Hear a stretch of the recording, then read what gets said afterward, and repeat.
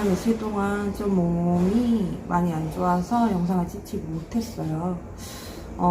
제가 원래는 내일 퇴원 예정이었거든요. 이제, 집에도 갔다 오고, 딸 얼굴도 보고, 엄마, 아빠 얼굴도 보고 오려고 했는데, 의도치 않게, 이틀 전부터 혈뇨를 조금씩 보기 시작했는데 그 혈뇨가 콜라식으로 나오게 되었어요. 그래서 이제 3종 세트를 했어요. 피검사, 엑스레이, 소변검사. 결과상 박테리아가 검출이 되었고, 그 다음에 이제 소변에 이제 혈액이 발견이 되었습니다. 그래서 지금 항생제를 일주일간 맞아보고 일주일 후에 다시 검사를 한 후에 퇴원을 하든 다음 일정이 정해지기로 되어 있습니다. 그래서 예정돼 있던 항암도 뒤로 미뤄질 것 같아요.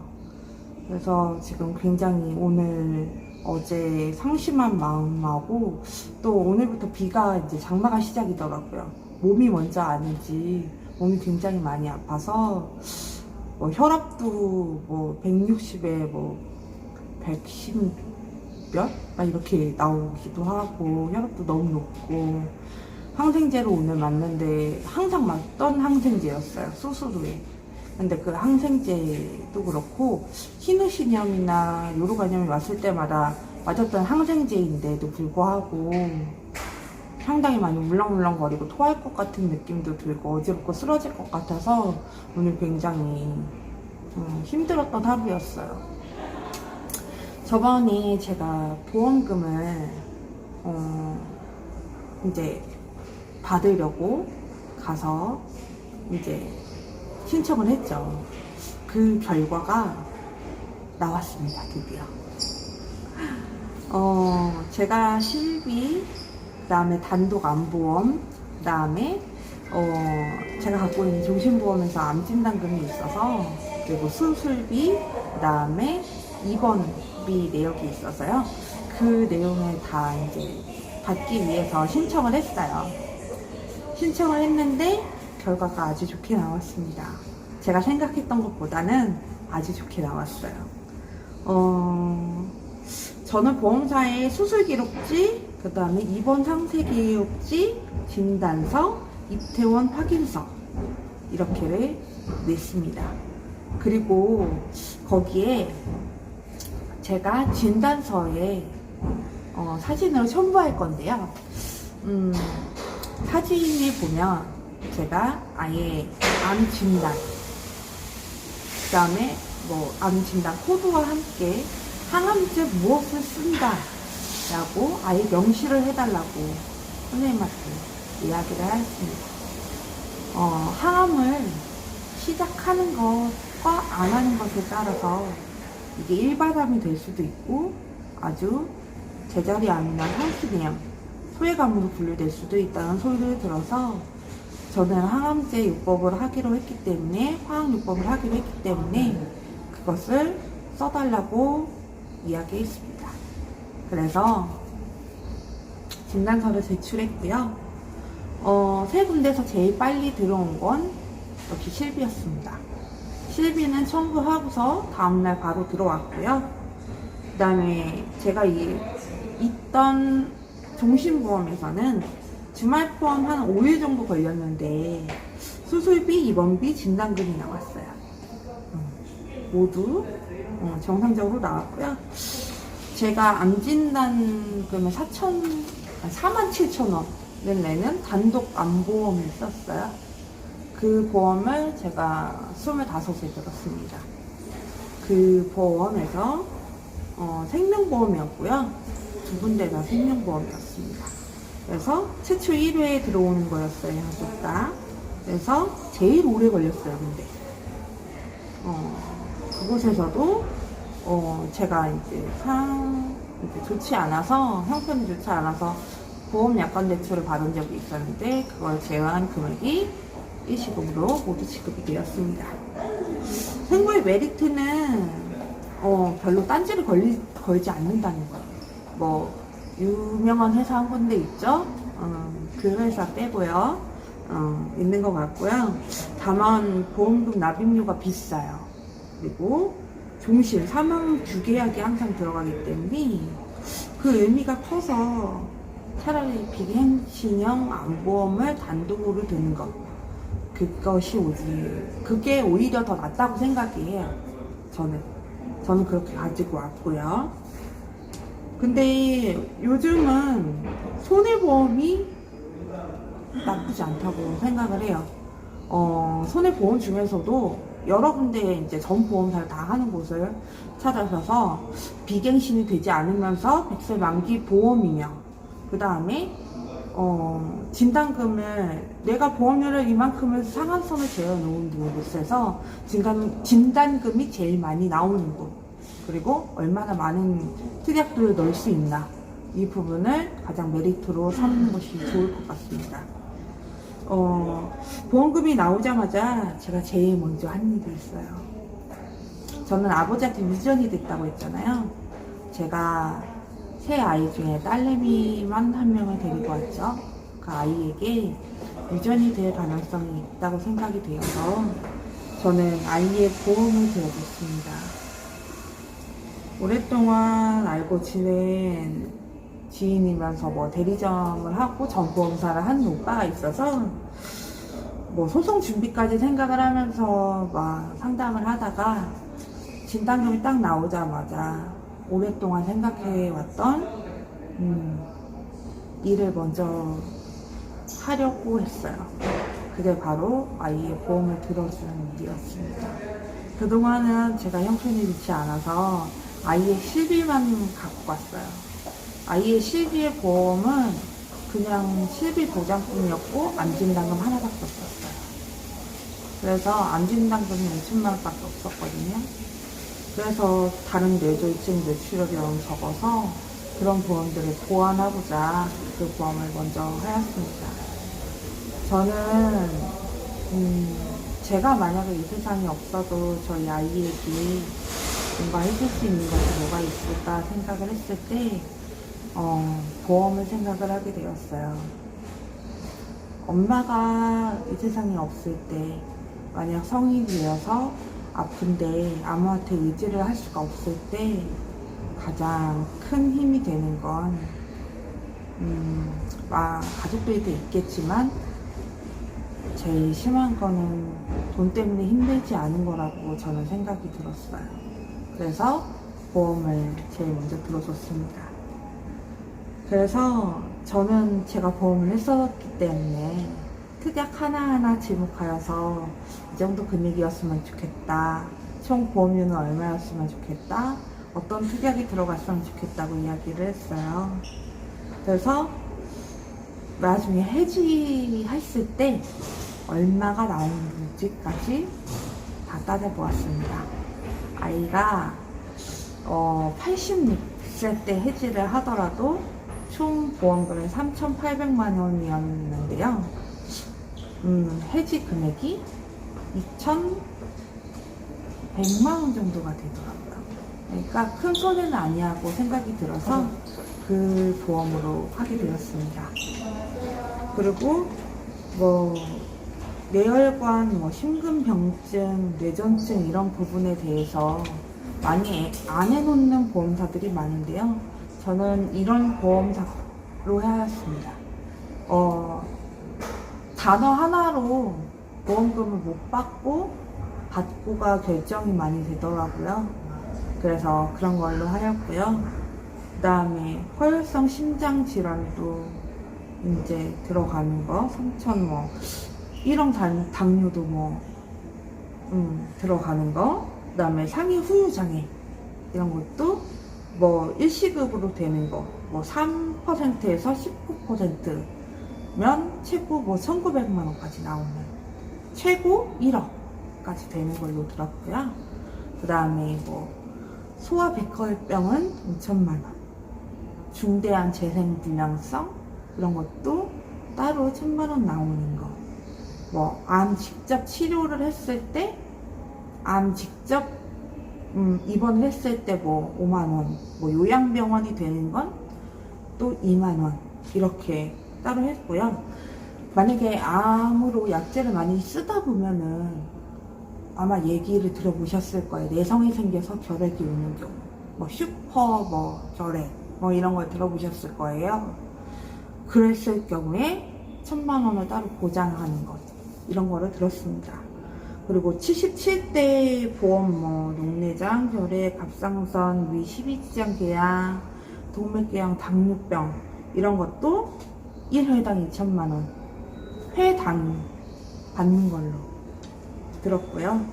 그 다음에 방광결석, 제가 제일 많이 힘들었던 비뇨기과 질환 이런 것도 1회당 뭐 100만 원씩 지급되는 거 이런 걸로 했고, 충농증 사타구니, 뭐 탈장, 편도염 이런 것도 400만 원 가량 각 회당 나오는 거, 뭐 다빈도, 뭐 백내장, 관절염 이런 거 수술했을 때 나오는 걸로도 했습니다. 그리고 아이들 조혈명 세포 이식 이런 것도 좀 했고요. 장기 이식 3,000, 각막 이식 3,000 이렇게 들었습니다. 그 다음에 중환자실 15만 원. 이거 굉장히 중환자실 비용이 부담스럽더라고요. 그래서 그런 것도 내었고요. 응급실 내용 비용 이런 것도 들었습니다. 특히 제가 추천해 드리고 싶은 건 질병 후유 장애예요. 제가 질병으로 많이 아프고 나니까 가장 힘들었던 것이 질병 후유증이 남는 거였어요. 장애가 남는 거였어요. 저는 이미 관절마다 다 수술을 해서 뭐 핀도 무릎에 2개나 박혀 있고, 그 다음에 자궁도 적출했고, 한쪽 귀가 들리지 않고, 이런 것들 다 따지다 보면 이게 질병 후유 장애거든요. 질병으로 온 장애죠. 저는 들어있지 않아서 별로 이 혜택을 못 받고 있어요. 하지만 상위 질병 후유 장애보다 더 많이 오는 게 질병 후유 장애라고 생각해요. 더 많이 흔하게 발생이 되거든요. 이게 혹시 담보가 있나 꼭 확인해 주시기 바랍니다. 그리고 제가 제일 후회되는 게 이 질병 후유 장애를 안 든 겁니다. 그래서 그걸 꼭 들었고, 아이들은 골절이 굉장히 많이 되잖아요.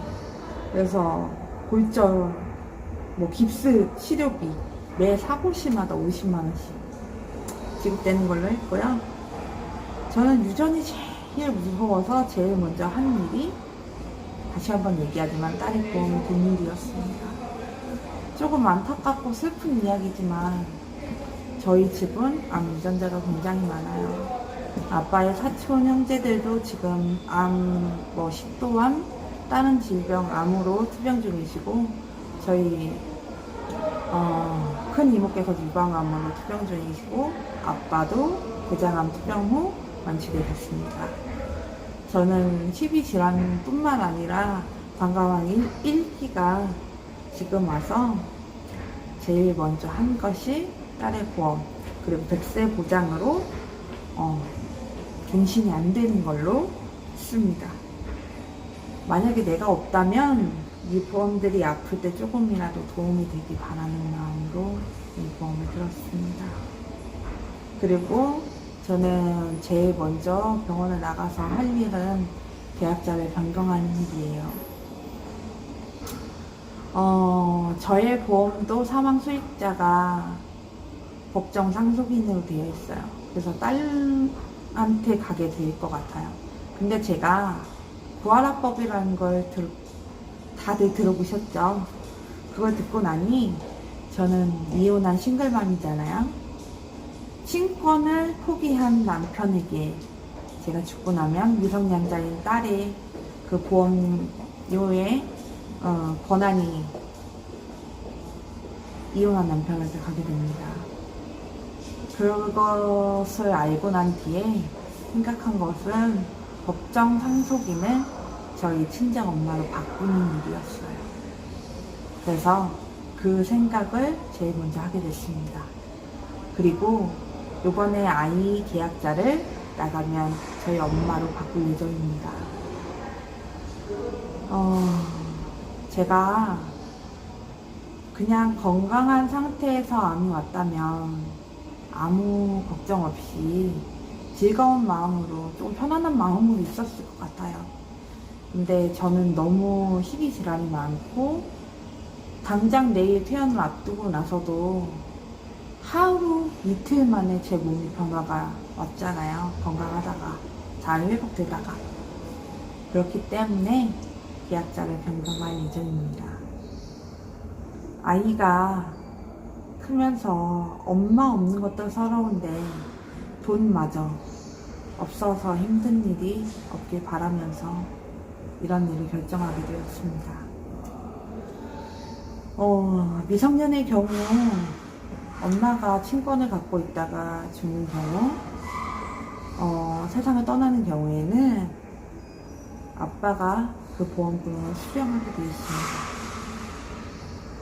그래서 그 보험을 잘 따져보셔야겠습니다.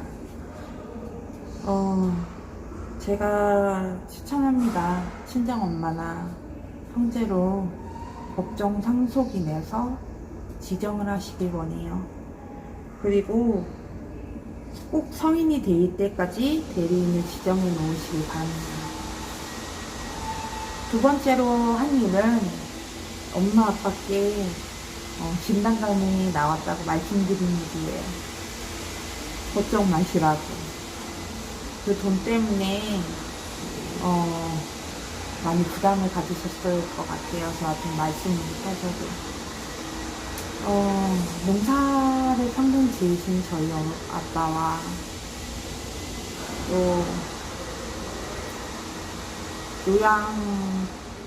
요양보호사로 일을 하시는 저희 엄마, 넉넉한 형편은 아니에요.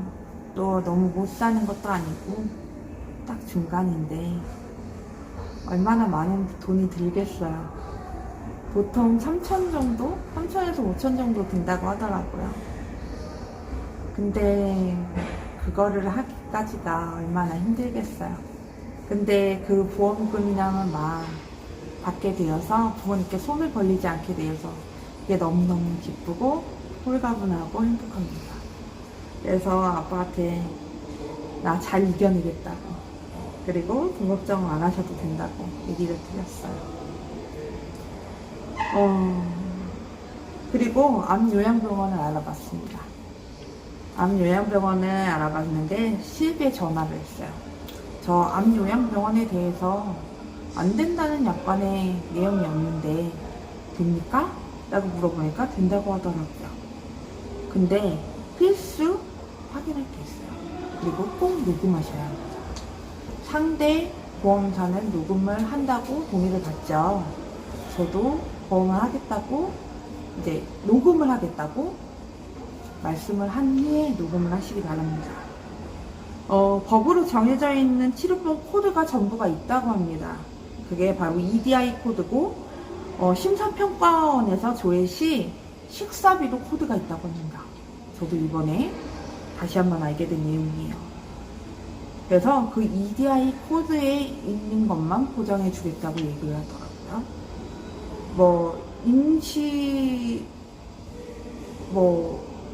치료법이라던가 그런 것들은 안 된다고 하더라고요.